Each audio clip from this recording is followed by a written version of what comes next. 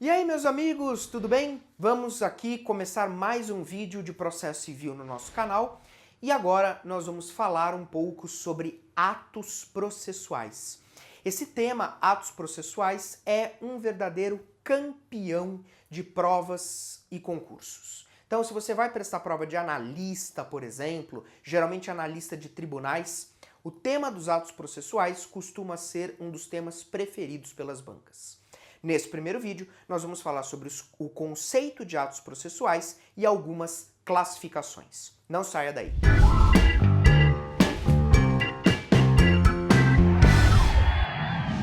Bom, começando então com o conceito de ato processual. Ato processual é toda manifestação de vontade humana que tem por objetivo produzir algum efeito dentro do processo. Então, claro, cada doutrinador tem aí o seu conceito, mas em linhas gerais, ato processual é uma manifestação de vontade humana que tem por objetivo gerar, produzir algum efeito dentro do processo. Então, por exemplo, quando o réu contesta, ele está praticando um ato processual. Quando ele apresenta a reconvenção, ele está praticando um ato processual. E assim por diante. Os atos processuais, então, eles podem ser de várias espécies. E o Código de Processo Civil trabalha com algumas classificações. A primeira classificação que eu quero falar para vocês é a classificação em relação às partes. Ou seja, do ponto de vista das partes, quais são os atos processuais que elas podem praticar? O Código de Processo começa dizendo o seguinte: as partes podem praticar atos processuais unilaterais e atos processuais bilaterais. Qual é a diferença? Atos processuais unilaterais são aqueles atos que as partes podem praticar independentemente do consentimento da parte contrária, ok? Então, unilateral, uma parte só pratica e ela não precisa do consentimento da parte contrária. Por exemplo, quando o autor apresenta a petição inicial, quando o réu contesta, ambos estão praticando atos processuais unilaterais, porque eles não precisam que a parte contrária concorde com esses atos.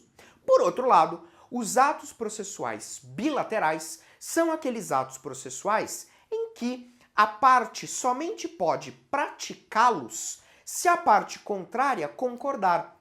Portanto, os atos processuais bilaterais precisam ser praticados de comum acordo entre as partes.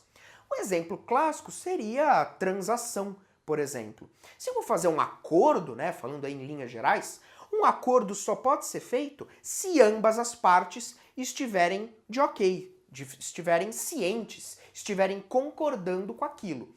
Então, claro que, nesse caso, nós estamos diante de um ato processual bilateral. Só que essa primeira classificação, quanto às partes, ela não é muito perguntada, ela não tem grande importância. É a segunda classificação que é mais importante, que é a classificação em relação ao juiz, os pronunciamentos do juiz. Olha só, ao longo de um processo, um juiz pratica vários atos processuais. E o Código de Processo Civil, ele dá atenção especial a 3 tipos de atos processuais praticados pelo juiz. O primeiro deles é a sentença. A sentença é o ato processual mais importante praticado pelo juiz. Porque a sentença é o ápice do processo, A sentença vai pôr fim ao conflito. E aí você tem que tomar cuidado, porque o novo Código de Processo Civil, ele trabalha com um conceito híbrido de sentença. Como assim, professor? Para o novo CPC, sentença é aquele ato processual praticado pelo juiz que coloque fim ao processo, ou pelo menos a uma fase dele, e, olha a preposição que eu estou usando, e trate de uma das matérias previstas nos artigos 485 ou 487. Por isso que eu disse a vocês que sentença é um conceito híbrido, porque a sentença obrigatoriamente precisa pôr fim ao processo ou a uma fase dele e tratar de uma das matérias previstas nos artigos 485 ou 487 do CPC. Então, se um ato processual é praticado pelo juiz, como é que eu vou saber se aquele ato se encaixa no conceito de sentença? É simples. Pôs fim a uma fase. Então imagina, fase de conhecimento. Petição inicial, contestação, saneamento, produção de provas, sentença. Deu a sentença, encerrou a fase de conhecimento. Preencheu o primeiro requisito, pôs fim a uma fase do processo. Não pôs fim ao processo inteiro, porque o processo ainda vai continuar depois na fase de cumprimento de sentença. Mas a fase de conhecimento terminou, ok? Muito bem, preencheu o primeiro requisito. No caso, o processo, o juiz analisou os pedidos, tá certo? Analisou os pedidos e deu razão ao autor. Portanto, deferiu os pedidos feitos pelo autor. Opa, ele tratou de matéria do 487. Então, nesse caso, o ato é sentença. Pôs fim a uma fase e tratou de matéria do 487 do CPC. Nesse caso, é sentença.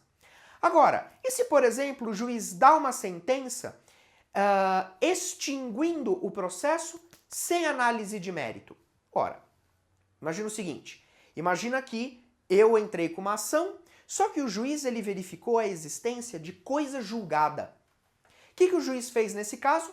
Na sentença, extinguiu o processo sem análise do mérito. É sentença? É, porque nesse caso, o juiz ele não extinguiu, ele não terminou uma fase, ele extinguiu o processo inteiro. Então é sentença. E tratou de uma matéria do 485 do CPC. Então, nesse caso, também é sentença. Ok? Então, esse é o conceito híbrido. Só que, além da sentença, o juiz pratica um segundo tipo de ato processual super importante, que são as decisões interlocutórias. As decisões interlocutórias, elas não põem fim ao processo, como regra, elas não põem fim ao processo, ok?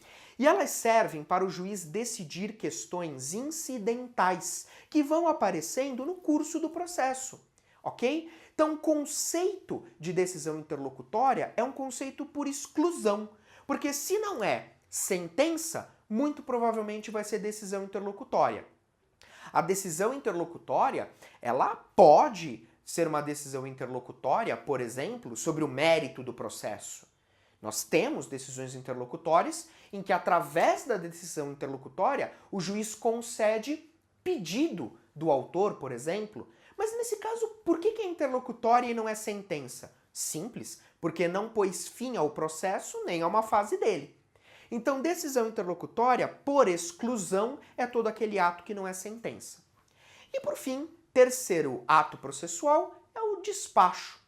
O despacho, meus amigos, é o ato processual praticado pelo juiz que não tem conteúdo decisório, não tem carga decisória. O despacho serve para dar andamento ao processo. Andamento. Tanto é que contra despacho não cabe nenhum tipo de recurso. Porque se o despacho ele não tem conteúdo decisório, ele não pode gerar prejuízo para as partes. E aí não tem sentido recorrer. Percebe que sentença cabe recurso. Decisão interlocutória cabe recurso, mas despacho não. Sentença e decisão interlocutória têm conteúdo decisório, portanto podem gerar prejuízo às partes. E aí as partes, elas precisam ter algum recurso à disposição delas se elas quiserem recorrer, para tentar mudar a decisão. Despacho não. Despacho é irrecorrível. Toma cuidado com um outro detalhe, porque o juiz ele tem prazos para praticar esses três atos processuais, ok? Sentença, o código dá para o juiz 30 dias para proferir. Decisões interlocutórias, o código dá 10 dias para o juiz proferir. E despacho, 5 dias, ok? Com isso, fechamos o primeiro vídeo sobre atos processuais e eu te convido já para continuar seguindo o nosso canal, se inscrevendo nele, curtindo, compartilhando e ajudando a gente a crescer. Forte abraço e até o nosso próximo encontro.